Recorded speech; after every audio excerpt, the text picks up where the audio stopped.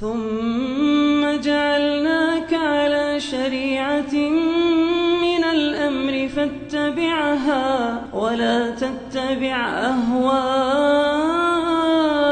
الذين لا يعلمون.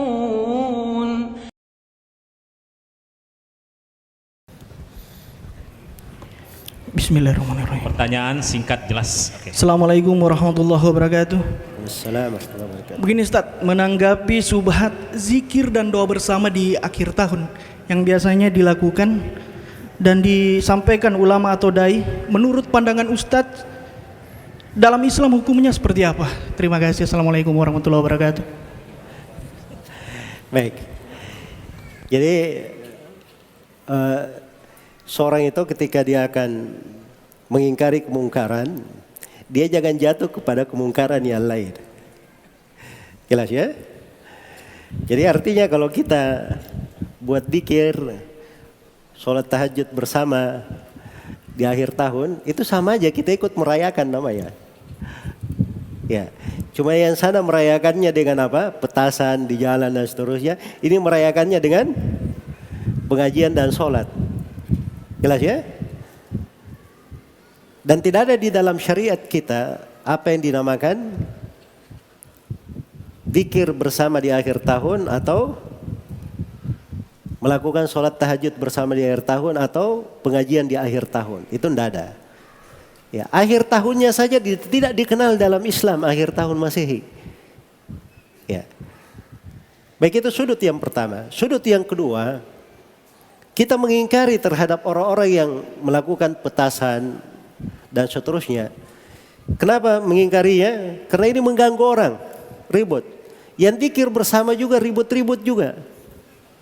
Pakai suara mikrofon untuk menyanyi orang petasan, dia pakai suara mikrofon. Sama semuanya. Tetap saja kita di tengah malam tidak bisa tidur. Kan bersyirikat dalam mengganggu namanya. Iya. Dan itu tidak diperbolehkan.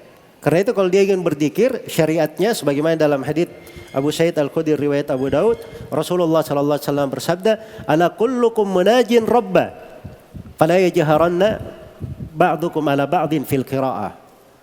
Ketahuilah bahwa setiap dari kalian bermunajat kepada Rabb-nya. Maka jangan sekali-sekali sebagian di antara kalian mengangkat suaranya di atas sebagian yang lain. Jelas ya?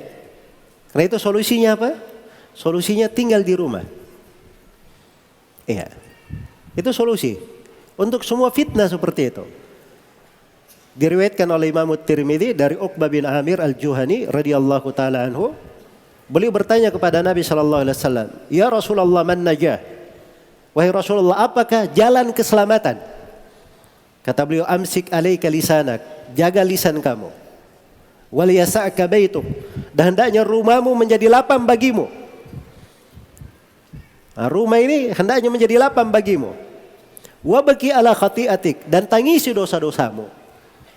Tangisi dosa-dosa kamu. Nah, itu jalan keselamatan. Dan diriwayatkan oleh Imam Muslim dari Ma'qil bin Yasar radhiyallahu taala anhu, Rasulullah sallallahu alaihi wasallam bersabda, "Al-ibadatu fil haraj kahijratin ilayya." Beribadah di masa fitnah itu bagikan berhijrah kepadaku.